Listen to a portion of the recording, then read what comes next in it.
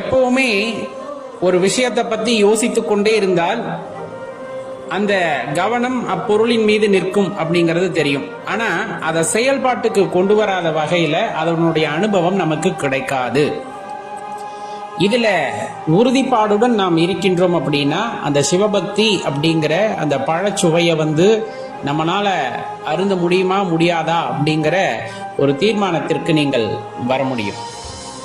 கண்டிப்பா நம்ம இந்த சிவபித்தன் சேனலை பின்பற்றி வருபவர்களுக்கு நன்கு தெரியும், நம்ம என்னதான் எண்ணம் கொண்டிருந்தாலும் செயல்பாடு அப்படிங்கிறது அல்லது முயற்சி அப்படிங்கிறது செய்யலை அப்படின்னா நமக்கு இறை அனுபவம் கிடைக்காது அப்படிங்கிறது அடியேன் எப்பொழுதுமே கூறிக்கொண்டிருக்கின்றேன், ஞானாசிரிய பெருமக்கள் கூறியதை எடுத்து சொல்லி.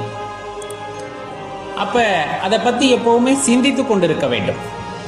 அடியேன் ஒரு விஷயத்தை நம்ம சொல்றோம் அப்படின்னா அதை அப்படியே ஏத்துக்கணுங்கிற அவசியம் கிடையாது.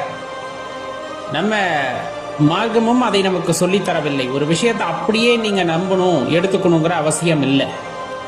அதை பற்றின ஆராய்தல் அல்லது புரிதல் அப்படிங்கிறதுக்கு உங்களுக்கு இருந்ததுன்னா மட்டும்தான் அதனுடைய அனுபவத்தை நீங்கள் பெற முடியும் அப்படிங்கிறத தெரிஞ்சுக்க. அதனால சிவபக்தியில இருக்கோம்னா மற்றவங்க கிட்ட நிறைய பேசணும் அப்படின்னு சொல்லுவாங்க.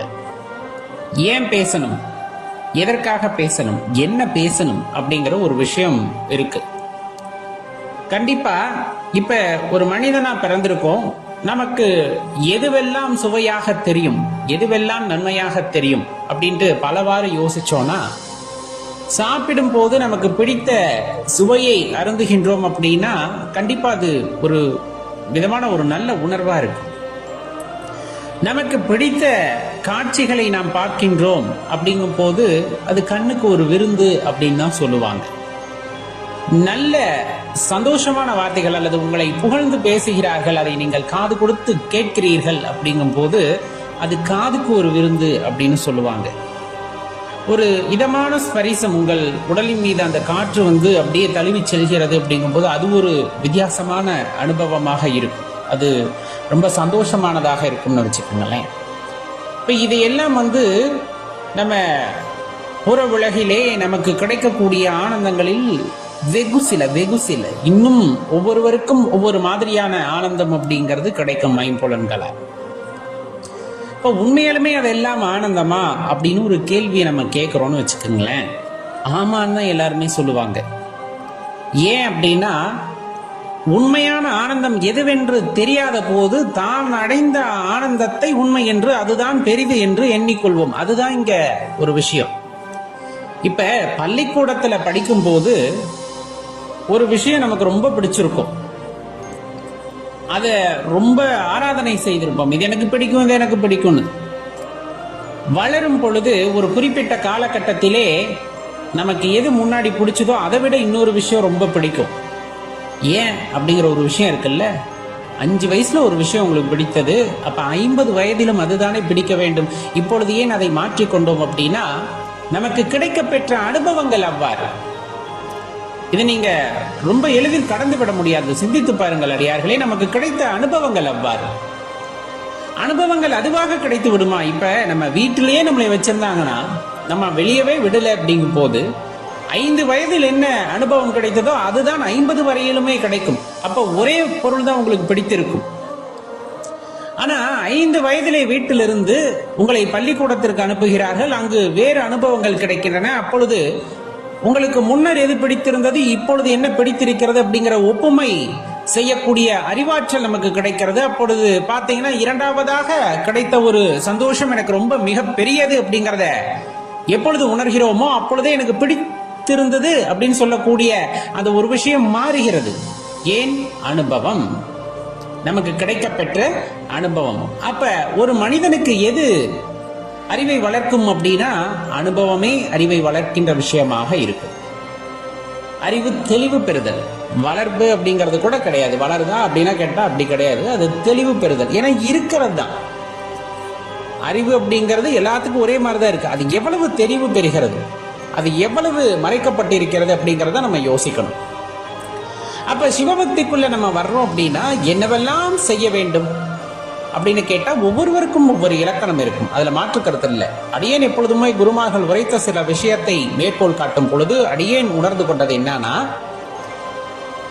இப்ப நம்ம ஏற்கனவே சொன்ன மாதிரி ஒரு இனிப்பை சாப்பிட்டா அந்த உணர்வு ஆனந்தம் நமக்கு கிடைக்கிறது இல்லையா, அந்த இனிப்பு சுவையை வாய் உணர்கிறது, அந்த நாக்கு உணர்கிறது. அது வேறு எப்படியெல்லாம் அந்த உணர்வை பெறும் அப்படின்னா, இறைவனின் நாமத்தை சொல்லி கொண்டிருக்கும் பொழுது அந்த இன்பத்தை பெறும். இந்த வாய் தொடர்ந்து சொல்லிக்கிட்டே இருக்கு இறை நாமத்தை, பஞ்சாட்சர மந்திரத்தை மீண்டும் மீண்டும் சொல்லிக் கொண்டே இருக்கிறது. அவ்வளவு அனுபவங்கள் நமக்கு கிடைக்கப்பெறும். அந்த மந்திரங்களை சொல்வதால் உடலிலே ஏற்படுகின்ற மாற்றம், நம்மை சுற்றி ஏற்படுகின்ற மாற்றம், நமது வாழ்க்கையிலே ஏற்படுகின்ற மாற்றம், இதையெல்லாம் படிப்படியாக உணர்ந்து ஒரு காலகட்டத்திலே பார்த்தீங்கன்னா பெரிய அளவிற்கு நமது வாழ்க்கையிலே ஒரு இன்பம் அப்படிங்கிறது உண்டாகி இருக்கும். அதனால்தான் சொல்றது, தொடர்ந்து இறைநாமத்தை சொல்லிக் கொண்டே இருங்கள். அது பெரிய பாக்கியத்தை உங்களுக்கு உண்டாக்கும், அது ஒரு ஆனந்தத்தை உங்களுக்கு உண்டாக்கும். எப்பொழுதும் இறைவனை பற்றியே பேசிக் கொண்டிருத்தல், இறைவனுடைய அந்த மகிமைகளை பேசிக் கொண்டிருத்தல், இது எல்லாமே நமக்கு இன்பம் பயக்கக்கூடியதாக இருக்கும். மீண்டும் மீண்டும் நாம் சொல்லும் பொழுது ஏதேனும் ஒரு அனுபவங்கள் உள்ளே ஏற்படும். அந்த அனுபவத்தின் வாயிலாக நமக்கு ஒரு தெளிவு பிறக்கும். அதனால் மந்திரங்களை மீண்டும் மீண்டும் சொல்லுங்கள் அப்படின்னு சொல்லுவாங்க. அதே போலதான் எப்பொழுது நாம் கேட்டாலும் செவிக்கு உணவில்லாத பொழுது அப்படின்ட்டு வள்ளுவ பெருமான் சொல்லுவாங்க இல்லையா, அதுபோல அந்த செவிக்கு உணவு இல்லாமலே இருக்கக்கூடாது. எப்படி? எப்பொழுதுமே இறை நாமத்தை கேட்டுக்கொண்டிருங்கள், இறைவனின் மகிமையை கேட்டுக்கொண்டிருங்கள். அது காதுக்கு கிடைக்கக்கூடிய மிகப்பெரிய பாக்கியம். அது எல்லாத்த விட சிறந்தது. நாம் பேசும்போது கூட ஒரு சில விஷயங்கள்ல தடுமாறிடுவோம், வார்த்தைகள் இல்லாம. ஆனா கேட்கும் போது மனது அப்படியே ஒன்றி இருக்கும், இறைவனுடைய அந்த திருநாமத்தை அப்படியே பற்றி இருக்கும், அதை விட்டு ஒரு க்ஷணம் கூட விலகாது. அப்படி ஒரு தன்மை நமக்கு கிடைக்கப் பெறுகிறது. அப்படிங்கும் போது அதை விட பெரிய ஆனந்தம் அப்படிங்கிறது இந்த உலகிலே வேறு எதுவும் இல்லை. அப்படிப்பட்ட ஆனந்தமாக இருக்கும், கேட்டுக்கொண்டே இருக்க வேண்டும் என்று தோணும். ஏதேனும் ஒரு தடுதல் அங்கு வந்துருச்சு அப்படிங்கும் போது மனம் பதறும், அப்படியே தேடும், அடுத்து இறைவனை பற்றி தெரிந்து கொள்ள வேண்டுமே என்ற அலைமோதும். அப்படி ஒரு வாய்ப்பை காதுக்கு கொடுங்கள். கண்ணுக்கு எப்பொழுதுமே கண்ணுக்கு குளிர்ச்சியாக இறை அந்த உருவங்களை பார்த்து கொண்டே இருத்தல் அல்லது கற்பனை செய்து கொண்டே இருத்தல். அப்படியே கண்ணில் நிற்கணும், மனதில் நிற்பதல்ல, கண்ணிலே நிற்க வேண்டும். நீங்கள் பார்க்கும் இடமெல்லாம் சிவமாக தெரிய வேண்டும். சில பேர் எப்போதுமே உண்டு, மேகக்கூட்டத்தை பார்த்தால் அங்க பாருங்க சிவலிங்கம் தெரியுது அப்படிமா. ஒரு தண்ணீரை பார்த்தால் அது பாருங்க அந்த ஓடுற அழக பாருங்க, அப்படியே சிவலிங்கம் மாதிரியே தெரியுது. அப்படியே அந்த வீசுகின்ற தென்றலை பார்த்தால் இறைவனுடைய அந்த குளிர்ச்சியை நம்மால் உணர முடிகிறது. ஒரு மரத்தை பார்த்தால் நடராஜர் நடனம் ஆடுற மாதிரியே இருக்கு. இந்த மாதிரி எப்பொழுதுமே அவர்கள் பார்வையிலே அந்த சிவம் நிலைத்திருக்கும், அந்த சிவபெருமானை பற்றிய எண்ணம் அங்கு நிலைத்திருக்கும். அவர்களுக்கு வேறு எதுவுமே தெரியாது, பார்க்கின்ற எல்லாம் சிவபெருமானாகவே காட்சியளிக்கும். அப்ப அதெல்லாம் எவ்வளவு பெரிய பாக்கியம். அப்பொழுது பார்த்தீங்கன்னா நம்ம மனசு மகிழ்வா இருக்கணும் அப்படின்னா கோடியா பணம் இருக்கணும் அப்படின்னு அவசியம் இல்லை, எனக்கு பிடிச்சதெல்லாம் சாப்பிடணும் அப்படிங்கிற அவசியமும் இல்லை, எனக்கு பார்த்தீங்க அப்படின்னா எனக்கு பிடிச்சவங்க எல்லாம் கூட இருக்கணும்னு அவசியம் இல்லை. இறைவன் என்னுடன் இருக்கின்றான் என்ற எண்ணம் நமக்குள் வரும் பொழுது, பார்க்கின்ற எல்லாம் சிவபெருமானாக தெரியும் பொழுது, நான் பேசுகின்ற வார்த்தைகள் எல்லாம் சிவபெருமானை பற்றியதாக இருக்கிறது என்னும் பொழுது, நான் கேட்கின்ற எல்லாமும் சிவபெருமானை பற்றியதாக இருக்கிறது அப்படிங்கும் போது, அதனால் உண்டாகின்ற மகிழ்ச்சிக்கு இந்த உலகத்திலே வேற ஏதும் ஈடு இணை கிடையாது. தெளிவா தெரிஞ்சுக்கணும். எல்லா பிறப்பும் பிறந்திழைத்தேன் எம்பெருமான் அப்படின்ட்டு சொல்லும் பொழுது, மீண்டும் மீண்டும் பிறந்து பல பிறவிகளை எடுத்தாச்சு. என்னென்ன பிறவி எடுத்தோங்கிறதெல்லாம் தெரியாது, எல்லாம் மறைத்தல் தொழிலில் மறைத்து வைக்கப்பட்டிருக்கிறது இறைவனால். ஆனா நிறைய பிறவிகள் எடுத்துக்கொண்டே இருக்கின்றோம். பிறவிகள் தோறும் இறைவனை அடைய வேண்டும், இறைவனை சரணடைய வேண்டும், இறைவனுடன் இரண்டரை கலந்து விட வேண்டும், இப்படிப்பட்ட எண்ணங்கள் நம் மனதிலே தோன்றிக் கொண்டுதான் இருக்கின்றன. ஆனால் அது எதுவும் இன்றளவும் ஈடேறவில்லையே. காரணம் என்னவாக இருக்கும்? நாம் பார்த்தோம், கேட்டோம், சொன்னோம், இருப்பதை உணர்ந்தோம், ஆனால் அது எதுவும் அனுபவமாக நமக்கு மாறவில்லை. அது எதுவும் அனுபவமாக மாறவில்லை. குருவருளாலும் திருவருளாலும் இறைவன் துணை நின்று நமக்கு வழிகாட்ட வேண்டுமென்றால் இப்பொழுது சொன்ன அந்த விஷயங்களை நாம் அனுபவமாக பெற வேண்டும். இறைவன் இருப்பதை நாம் உணர வேண்டும். எங்கிருக்கின்றார்? உன்னுள் தான் இருக்கின்றார்.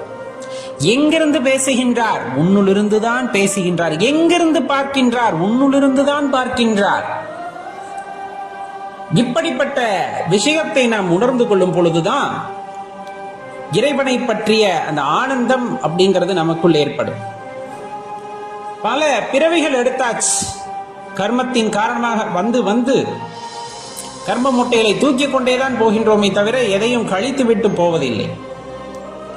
எப்ப அந்த கர்ம மூட்டைகளை கழிக்க முடியும்? ஒரே ஒரு விஷயம்தான். எந்த வினை ஆற்றினாலும் சரி, எந்த வினை நடந்தாலும் சரி, அவ்வினைக்கும் எனக்கும் எவ்வித தொடர்பும் இல்லை, சம்பந்தமும் இல்லை. இந்த காரியத்தில் என்னுடைய பங்கு எதுவும் இல்லை. அடியேன் வெறும் காட்சி பொருள்தான், அடியேன் வெறும் கருவிதான் அப்படிங்கிற எண்ணம் நமக்குள்ள இருக்கு. அப்படிங்கும் போது நாம் எந்த வினையை செய்தாலும் அவ்வினைக்கும் எனக்கும் எந்த சம்பந்தமும் இல்லை என்று விலகி நின்று அவ்வினையை பார்க்கும் பொழுது இறை அருளாலே அந்த கர்மம் எல்லாம் கழியும். அப்படிங்கிறது தான் நமக்கு நமது முன்னோர்கள் சொல்லி சென்ற கடமையை செய், பலனை எதிர்பாராதே. நிறைய இடத்துல கேட்டிருப்போம். அதற்கு பலவிதமான பொருட்கள் சொல்லப்பட்டாலும் உன் கர்மா எதுவோ, உன் செயல் எதுவோ, உனக்கு என்ன விதிக்கப்பட்டதோ அதை செய்துவிடு. ஆனால் அதற்கான பலனை எதிர்பார்க்காதே. பலனை எதிர்பார்த்தால் மீண்டும் ஒரு பிறவியை அடைய வேண்டும். நான் புண்ணியம் செய்தேன், எனக்கு எதுவும் வரவில்லையே அப்படின்னு நீங்க நினைத்தாலும் அதை அனுபவிக்க இன்னொரு பிறவி எடுக்க வேண்டும். நான் தெரியாத ஒரு தவறு செய்தேனே, அந்த கர்மத்தை அனுபவிக்கவும் நாம் என்ன செய்தாக வேண்டும்? பிறவி எடுத்தாக வேண்டும். பற்றற்று இருப்பவன் இறைவனை மட்டுமே பற்றியிருக்கிறார்கள் என்னும் பொழுது அவர்கள் செய்கின்ற எவ்வினைக்கும் அவர்கள் பொறுப்பேற்பதில்லை. அவர்கள் மனசாட்சிக்கு தெரியும், எந்த வினைக்கும் பொறுப்பேற்பதில்லை. அப்ப பற்றற்று இருப்பவன் ஒரு தவறை செய்வானா? தவறை செய்தால் அவன் மனம் உறுத்தினால் அது கர்மாவாகும். கண்டிப்பாக உறுத்தும். அவ்வாறு தவறு செய்பவன் இறைவனை பற்றி கொண்டிருப்பவர் அல்ல அப்படிங்கிறதையும் தெரிந்து கொள்ள வேண்டும். அப்ப நன்மை செய்கின்றோம், அந்நன்மை எனக்கு வேண்டாம், அது இறைவனுக்கு சரணடையட்டும், இறைவனிடத்தை அது செல்லட்டும். எந்த புண்ணியமாக இருப்பினும் எம்பெருமான் சிவபெருமானுக்கே உரித்தாக்குக அப்படிங்கிற எண்ணம் நமக்குள் வருகின்றது. அப்படிங்கும் போது கண்டிப்பா அவ்வினைக்கும் நமக்கும் தொடர்பில்லாமல் போகும். சொன்ன வினைய செஞ்சாச்சு, அதற்கு பலன் எதுவும் வரல, அது கர்ம மூட்டையில சேராது. திரும்ப போகும்போது வெறும் மூட்டையா தான் போகும். இந்த வெறும் மூட்டையா போறதுங்கிறது எவ்வளவு பெரிய பாக்கியம் அப்படிங்கறத யோசிச்சு பாருங்க. ஆனா அந்த பாக்கியம் எல்லாம் அனைவருக்கும் கிடைத்து விடுகிறதா அப்படின்னு நினைக்கும் பொழுது சற்றே கடினமாகத்தான் இருக்கிறது. என்பு உருகி உருகி இறைவனை நினைத்து அவன் அருள் கிடைக்க வேண்டுமே என்று ஏங்காத நாள் இல்லை, ஏங்காத நேரம் இல்லை. அப்படி ஒரு சூழ்நிலைகளை எல்லாம் எதிர்கொண்டு சிவபெருமானை சிந்தையில் வைத்து தினம் தினம் துதித்து பாடி அவரே எல்லாம் என்று உணர்ந்து அவரையே சரணடைந்து வாழ்கின்ற ஒருவன் இறுதியில் அவனையே அடைவான். அப்படிங்கிறது தான் இவ்விடத்தில் நாம் தெளிவாக தெரிந்து கொள்ள வேண்டிய ஒரு விஷயம். அவன் அவள் அது என்று எந்த வார்த்தைகளாலும் குறிக்க முடியாத பரம்பொருள். இல்லை என்று நம்மால் சொல்ல முடியுமா? முடியாது. அவன் அவள் அது என்று எந்த வார்த்தையாலும் சொல்ல முடியாத பரம்பொருள். அனைத்தையும் தாண்டி அகிலத்தில் சர்வமும் வியாபித்து சர்வமாய் இருக்கின்ற இறைவனை மனதில் நிறுத்த வேண்டும். மனதில் நிறுத்தி வழிபட வேண்டும். நம் எண்ணங்களாவும் அவர் உருவமாக மாறும். நம் எண்ணங்கள் யாவும் அவரையே சரணடையும். நம் எண்ணங்களாவும் நாமாக நின்றிருப்போம். அந்த ஒரு வினாடி இறைவனை நம்மால் உணர்ந்து கொள்ள முடியும்.